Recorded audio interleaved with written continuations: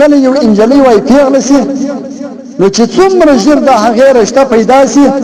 نو بس د هغې په نکاح کولو کې تلوار کول پکار چې بس نکاح یې وسي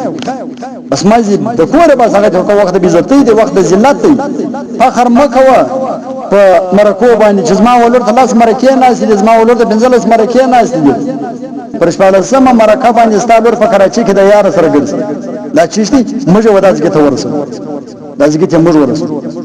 نو موږ تباہ خو موږ تباہ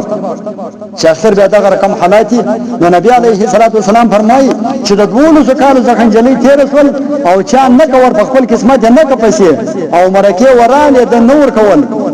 12 کاله بعد کدا انجلۍ هر چم وکي مور او پلار په ګناه کې د غونګور سره شرکان 12 کال زموږ د 12 کال په قانون باندې ګرځي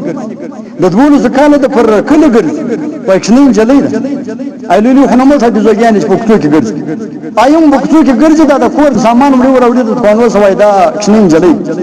نبی عليه الصلاه والسلام 12 د 12 کال انجلۍ دا کله نه کول هغه سمابات کې ګناه وکړه په ګناه کې مور دار شرکان دي مش پښتانه د 12 کال کې انجلۍ زینور کوم زمامر کښنی ما خور کښنی الله دې مشتول ته هدایت وکړي نو نبی عليه الصلاه والسلام فرمایي چې په داسې کې تلوار پکار دي چې انجلۍ خپل حال ته ورسیږي خپل قسمت په ځای کوه